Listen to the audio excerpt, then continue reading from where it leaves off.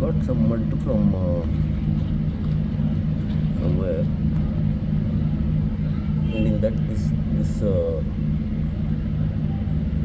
mushroom, this mycorrhiza fungi has grown.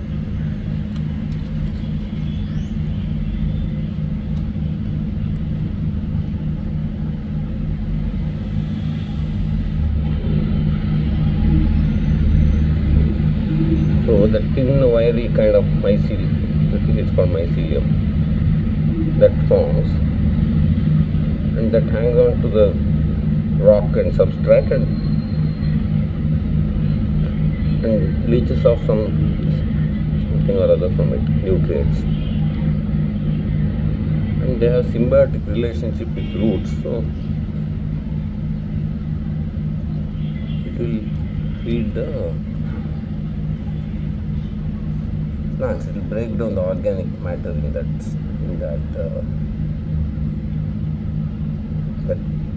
substrate.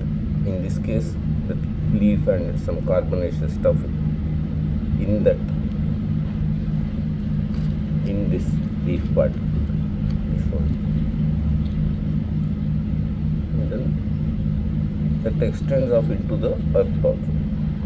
And here also it's very interesting to see this wire kind of thing here, how it grows.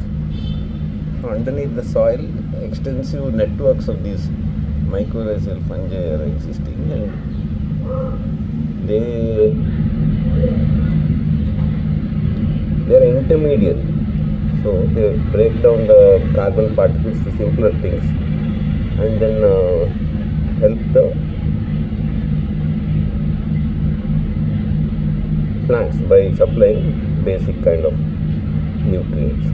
Since plants can't digest anything, they need a kind of pre-digested food actually. And after this mycorrhizal fungi have done their work, then earthworms and all eat that mud and all. Finally, a fine paste of nutrients is available, and it's made, and these mycorrhizal fungi directly connect to the roots of plants and also symbiotic relationship between them, help each other to survive. By mycorrhizal fungi will supply some nutrients, and then the plant will give it the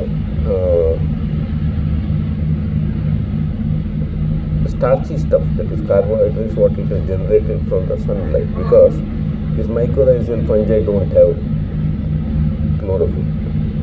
They second metabolizers.